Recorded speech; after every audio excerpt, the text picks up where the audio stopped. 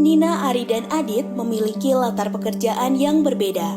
Nina bekerja di Badan Lingkungan Hidup Daerah, Ari adalah aktivis lingkungan hidup, sedangkan Adit adalah manajer kesehatan dan keselamatan kerja di sebuah perusahaan manufaktur. Meski berbeda profesi, ketiganya memiliki bidang tugas dan kepedulian yang sama, yaitu menjaga kelestarian sumber daya alam dan lingkungan agar tetap mendukung kesejahteraan manusia sehingga kegiatan ekonomi dan sosial dapat berlangsung. Saat ini, ketiganya tengah menghadapi tantangan pekerjaan yang sama, yaitu pengelolaan polychlorinated biphenyls atau biasa disebut PCBs, yaitu senyawa kimia pemicu kanker dan kematian yang penggunaannya dan keberadaannya sangat dilarang di Indonesia.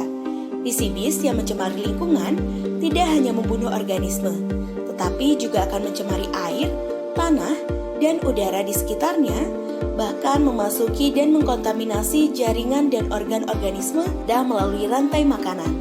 Penumpukan senyawa PCBs akan semakin tinggi pada organisme yang berada pada rantai makanan teratas, yaitu manusia.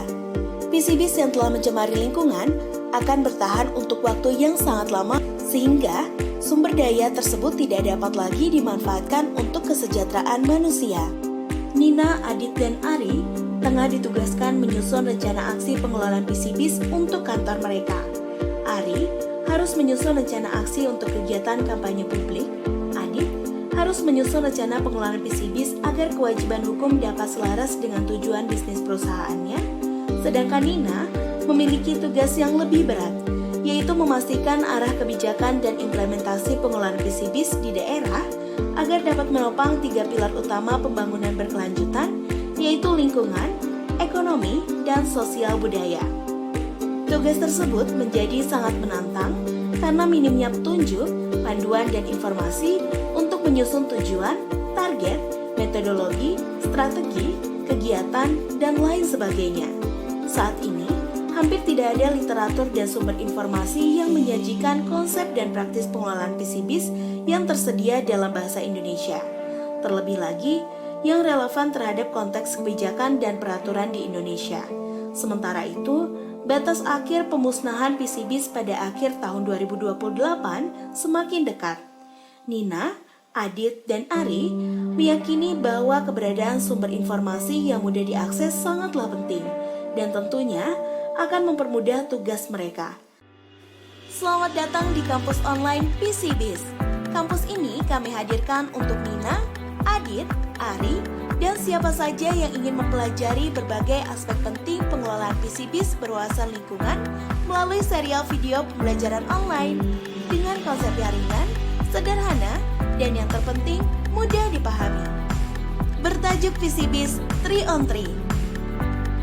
Menyajikan 3 pertanyaan, 3 pengetahuan penting yang akan dibahas selama 3 menit.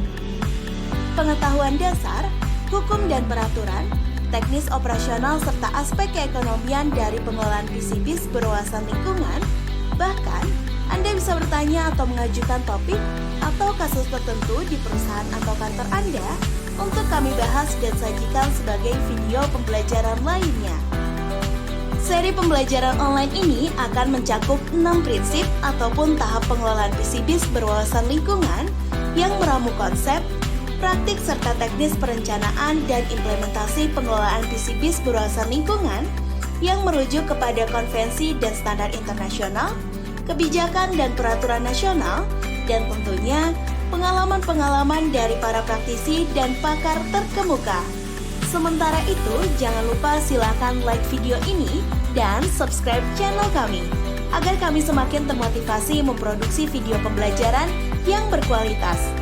Jangan lupa klik tanda lonceng dan bagikan video ini agar Anda dan kolega Anda terinformasi dan tidak ketinggalan video pembelajaran pengelolaan PCBs berwawasan lingkungan berikutnya dari kami. Terima kasih telah menonton.